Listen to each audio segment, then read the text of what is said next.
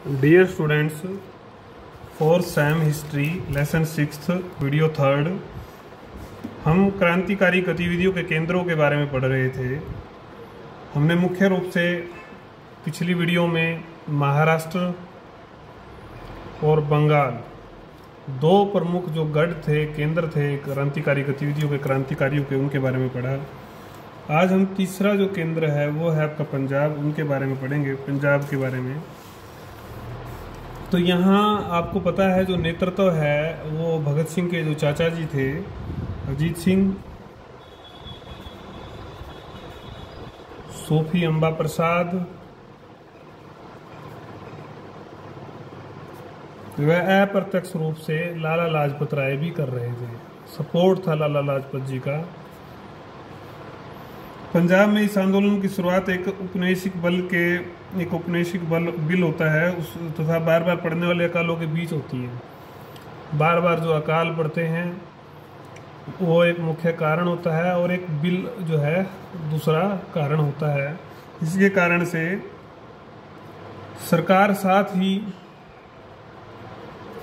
सिंचाई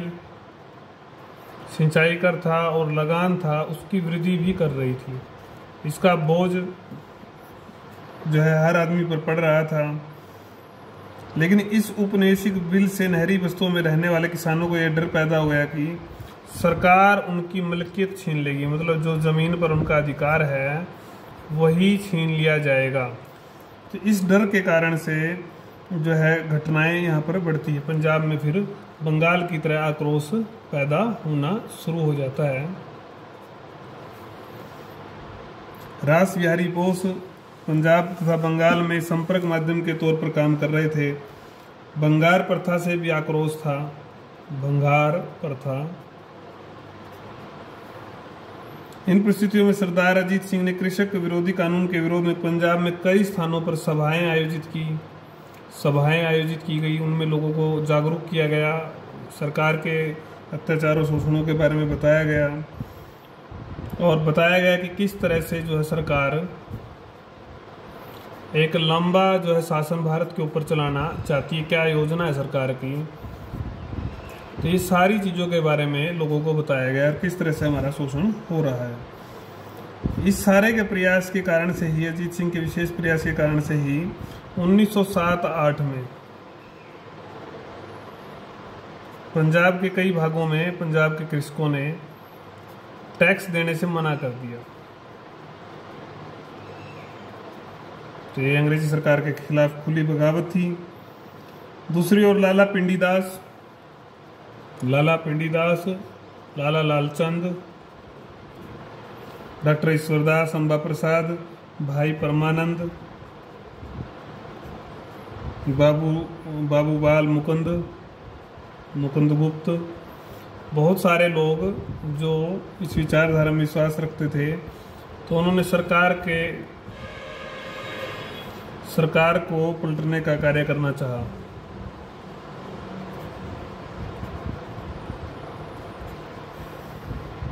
अठारह सौ 57 के विद्रोह की 50वीं जयंती नजदीक आ रही थी। क्रांतिकारियों ने अपने भाषणों में सिख रेजिमेंट को इस अवसर पर विद्रोह का आह्वान किया कि सिख रेजिमेंट भी विद्रोह करे और इस क्रांतिकारी गतिविधि में शामिल हो। अजीत सिंह ने अपने आंदोलन को और अधिक शक्ति प्रदान करने के लिए एक संस्था का गठन किया। उस संस्था का नाम था अंजुमन ए। आ जाता है 2 अंक में भी कई बार, अंजुमन ए मुहिरे वतन ये संस्था थी। केंद्र जो थे गतिविधि के, ये आपके क्वेश्चन में मैप वाले में भी आएगा, लाहौर, लायलपुर, रावलपिंडी और गुरदासपुर, ये मुख्य केंद्र थे क्रांतिकारियों के। लाला लाजपत राय भी इनके सदस्य थे। क्रांतिकारी अपना खर्चे के लिए क्या करते थे, सरकारी जो खजाने थे बैंक थे, डाकघर थे, उनको लूट रहे थे। उनको लूटना ही इनका मुख्य काम था। फिर सरकार ने इन गतिविधियों को नियंत्रण करने के लिए नए सख्त कानून भी बनाए।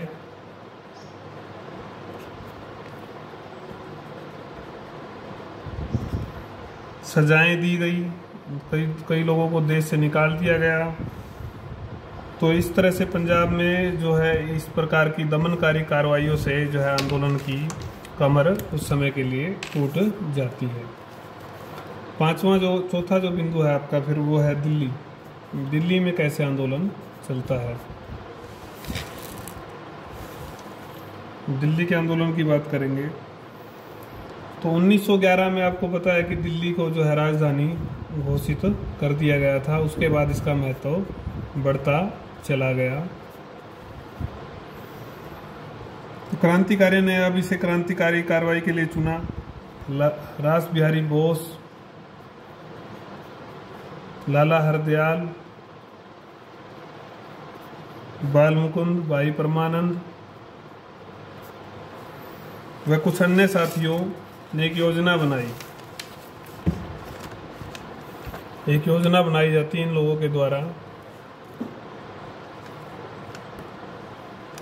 इस योजना के तहत बड़ी योजना थी जो 1912 में लॉर्ड गवर्नर जनरल को आना था, लॉर्ड हार्डिंग, उनका स्वागत होना था दिल्ली में, शोभा यात्रा निकलनी थी। तो उस पर जो हाथी पर वो बैठे होंगे तो उस हाथी पर बम फेंका जाना था। ये योजना थी, बड़ी घटना थी। हार्डिंग बच गया लेकिन हाथी मारा गया। जांच पड़ताल के बाद 13 सदस्यों को गिरफ्तार किया गया।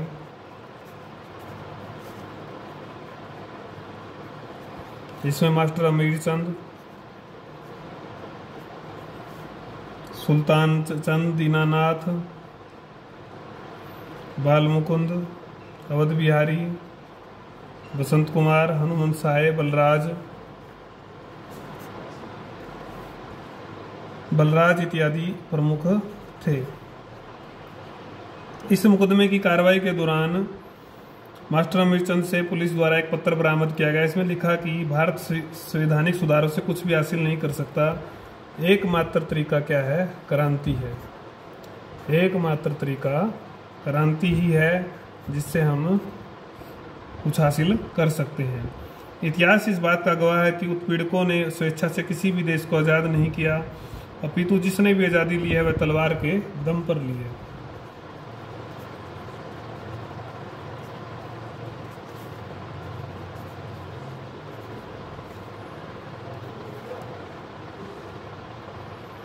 यह मुकदमा दिल्ली षड्यंत्र केस के नाम से विख्यात हुआ।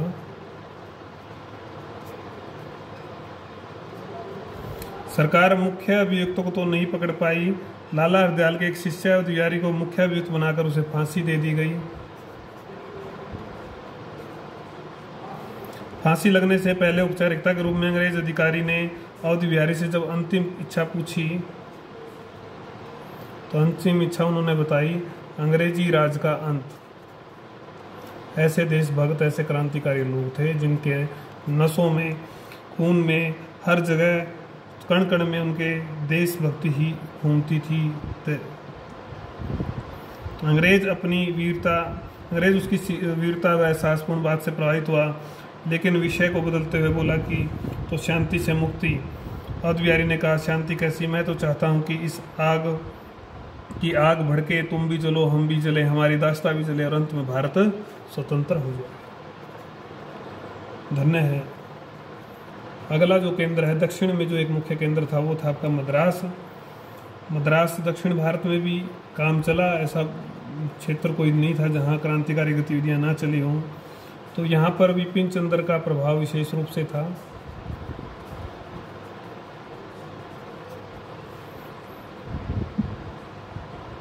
जब अन्य स्थानों पर जो केंद्र बनने लगे तो सरकार भी सचेत हो गई और वो शुरू से ही नियंत्रित करने की योजनाएं बनाने लगी। यहाँ पर सुब्रमण्यम शिव,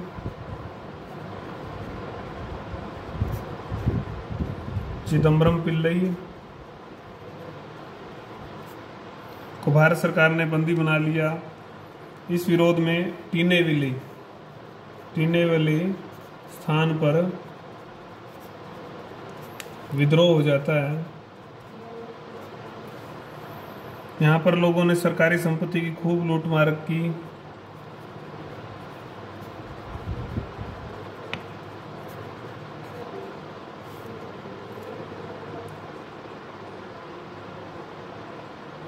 तथा लोगों के समर्थन से एक बार पुलिस व सेना का महत्व इस स्थान पर नगण्य कर दिया गया।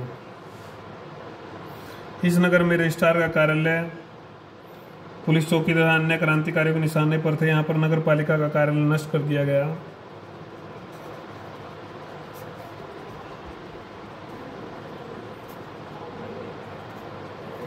सेना के हवाले आखिर में अंग्रेजों ने इसको कर दिया, इस स्थान को कठोर कार्रवाई की गई। उसके बाद ही यहाँ पर शांति स्थापित हो पाई। 27 लोगों को अपराधी माना गया।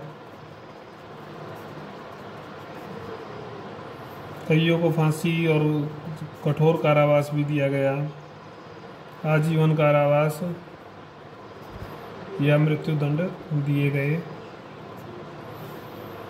तो इसके बाद यहाँ जिस मजिस्ट्रेट ने सजा सुनाई थी, मजिस्ट्रेट को गोली से उड़ा दिया गया।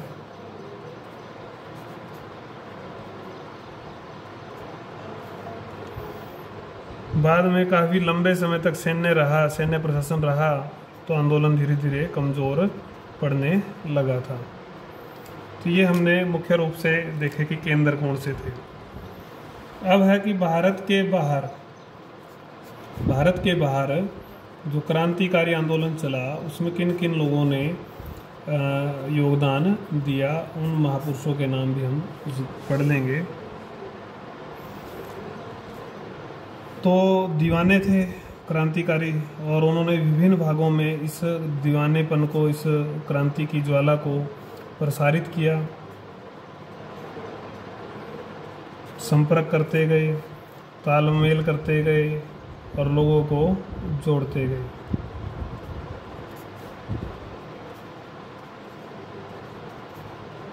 यही तरीका था आंदोलन को फैलाने का। तो इस कड़ी में पहला जो नाम आता है वह है श्याम जी कृष्ण वर्मा का। ये आप पढ़ लेंगे खुद भी। श्याम जी कृष्ण वर्मा हैं, मदन लाल धिंगड़ा जी हैं। एक एक चीज़ मैं आपको इनके बारे में बता भी दूंगा थोड़ा सा। फिर सरदार सिंह राणा जी हैं,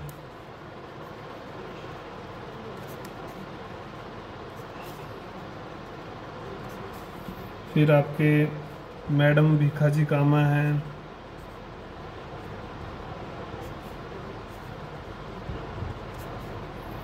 और फिर गदर पार्टी का भी एक नाम इसमें आता है, गदर पार्टी। 2-2 अंक के क्वेश्चन इसमें ज़्यादा बनेंगे आपके।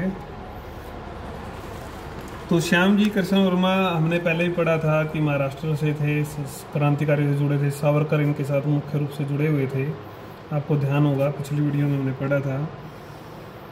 तो जब पूना में प्लेग कमिश्नर रैंड व उनके सहायक की हत्या हुई थी, अंग्रेजी सरकार के इस बात के प्रमाण तो नहीं थे, परंतु वो मुख्य अभियुक्त श्याम जी कृष्ण वर्मा को ही मान रहे थे और उनको तंग किया जा रहा था। तो ध्यान बांटने और सुरक्षित जो है ना रहने के लिए उन्होंने लंदन जाने का जो है फैसला कर लेते हैं कि लंदन चला जाए, वहाँ से क्रांतिकारी गतिविधियों को जारी रखा जाए। वहाँ से उन्होंने अपनी अध्ययन पढ़ाई को भी जारी रखा और इंडिया हाउस की स्थापना की। 2 अंक में आ सकता है, इंडिया हाउस की स्थापना इसने की। यही मुख्यालय बन गया था गतिविधियों का, क्रांतिकारी गतिविधियों का। 1905 में इन्होंने सोशियोलॉजिस्ट नामक समाचार पत्र भी निकाला।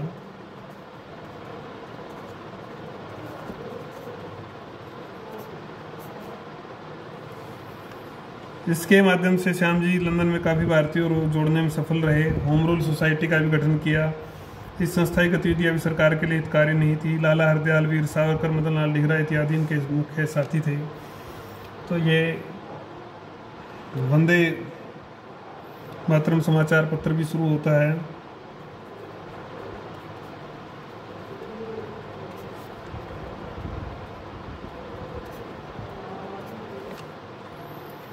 श्याम सरकार ने कार्रवाई के बाद वो आखिर में जनेवा चले जाते हैं। यहाँ से भी उनको जाना पड़ता है, लेकिन उन्होंने संपर्क बनाए रखा और वहीं पर इनकी मृत्यु हो जाती है। कुल मिलाकर उन्होंने क्रांति की जो ज्वाला थी उसको जीवित रखा, चलायमान रखा। फिर मदन लाल धिंगड़ा जी का नाम आता है। पंजाब के रहने वाले थे, आपको पता ही है, शिक्षा के लिए लंदन गए थे। श्याम जी और वीर सावरकर के संपर्क में आए, क्रांतिकारी गतिविधियों के वो मानने वाले थे। करजन वायली की यातनाओं से भारतीय तंग थे, दुखी थे। करजन लंदन में भारत सचिव का सलाहकार था, जासूसों का जाल बिछाया था। गणेश सावरकर को निर्वासित करने में भी उसकी अहम भूमिका थी, तो उसकी हत्या का फैसला लिया जाता है। क्रांतिकारी यूनिट उसकी हत्या का फैसला लेती है और मदन लाल धिंगड़ा को इसकी जिम्मेदारी सौंपी जाती है। और मदन लाल धिंगड़ा ने 1 जुलाई 1909 को अपना काम पूरा कर दिया। इसके कारण से उसको फांसी दे दी गई। सरदार सिंह राणा जो है अपने विचारों का प्रकाशन तलवार, इंडियन फ्रीडम, वंदे मातरम इत्यादि में उन्होंने किया। इसके बाद ये भी लंदन चल गए, श्याम जी के एक सहयोगी के रूप में काम किया। इन्होंने 1909 में 23 अच्छी पिस्तौल व गोलियां भारत में क्रांतिकारियों के लिए भेजी। इनका प्रयोग करके ही जैक्सन को निशाना बनाया गया था। मैडम भिखाजी कामा, इनकी गतिविधियों के केंद्र इंग्लैंड व फ्रांस थे।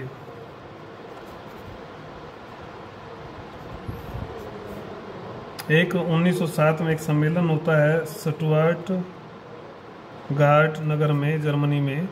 उसमें भी ये भाग लेती हैं भारत की ओर से। भारत के प्रतिनिधि के रूप में मैडम कामा और सरदार सिंह राणा थे। यहीं पर इन्होंने राष्ट्रीय ध्वज को फहराया। 2 अंक में कई बार आ जाता है। विश्व के समाजवादी सम्मेलन में भारत अंग्रेजों की नीति और शोषणवादी कार्यक्रमों की जानकारी भी इन्होंने यहाँ पर दी। गदर पार्टी का जो है मुख्य रूप से अमेरिका में चलाई गई थी।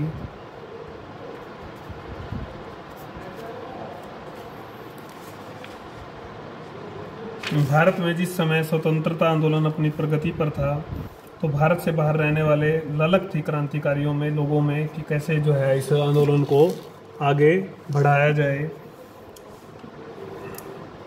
सब लोग अलग अलग तरह से सहयोग देने के लिए तैयार थे। इसका एक कारण यह भी था कि विदेशों में भारतीयों का अपमान होता था और वो इसके लिए पराधीनता को दोषी मानते थे।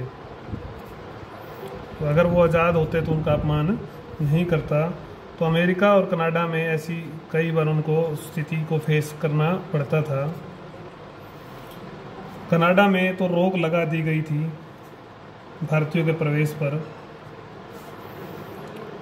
रिश्तेदार थे वहाँ पर और अपने सगे संबंधी थे, उनसे भेंट नहीं कर सकते थे। अमेरिका में भी किसी न किसी तरह भारतीयों को अपमानित किया जाता था। तो लाला हरदयाल जब लंदन से चले गए, निर्वासित हो जाते हैं, तो वो वहाँ पर पहुँचते हैं अमेरिका में। तो यहाँ का वातावरण लंदन की अपेक्षाकृत ज़्यादा ठीक था इन गतिविधियों के लिए। वहाँ कॉलेज में एक प्राध्यापक नियुक्त हो जाते हैं और उसके बाद फिर वो अपने क्रांतिकारी विचारों का प्रचार प्रसार करते हैं। तो कई घटनाएं इस आंदोलन के नाम आती हैं। उनमें मुख्य है गदर जो है समाचार पत्र छपता है, उर्दू में छपता है, गुरुमुखी में भी छपता है। ठीक है, साप्ताहिक पत्र था ये। अंग्रेजी राज का कच्चा चिट्ठा नाम से इसमें लेख लिखे गए। फिर उसके बाद एक कामागाटा मारू घटना आई है, हम अगली वीडियो में पढ़ेंगे। कामागाटा मारू।